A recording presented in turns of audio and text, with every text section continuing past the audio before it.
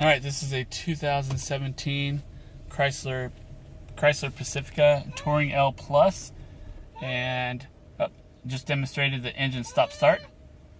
I came to a stop and the engine turns off, and as soon as I let off the brake, the engine starts. But that's not what we're here for. This video is to show you the parking assist. And here we are going to try doing the parking. You can switch sides.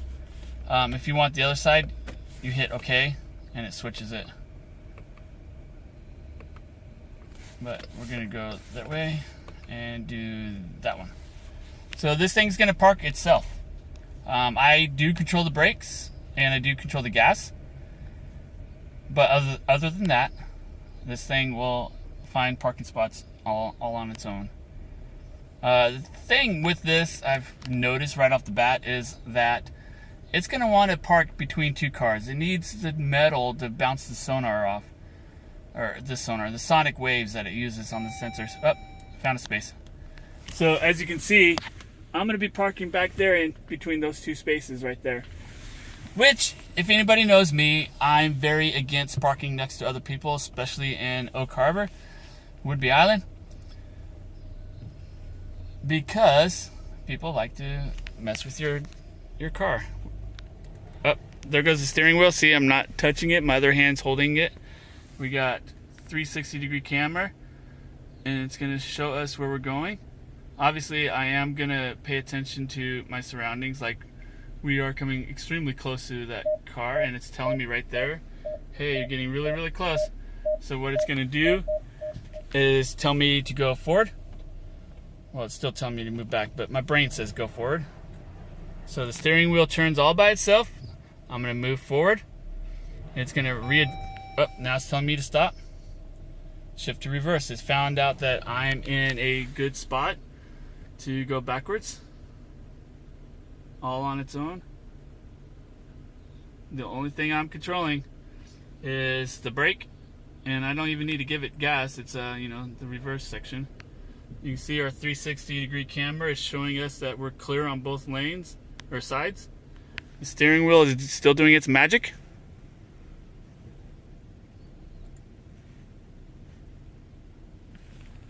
Yeah, it's very nerve-wracking at first, but you get the idea. Yeah, I'm close enough. So I will actually cancel this. It still thinks that I need to go back further because there's nothing behind me to sense that I'm right next to the curb. But I do have a trailer hitch on the back there, and I do have, this only has a 5.1 ground clearance, and so I don't want to scrape the curb. So I will actually cancel this, and steering wheel goes back to my control. I put it in park. Well, let me put it in reverse here so you can see. You see the lines? Those are actually lines on the parking lot.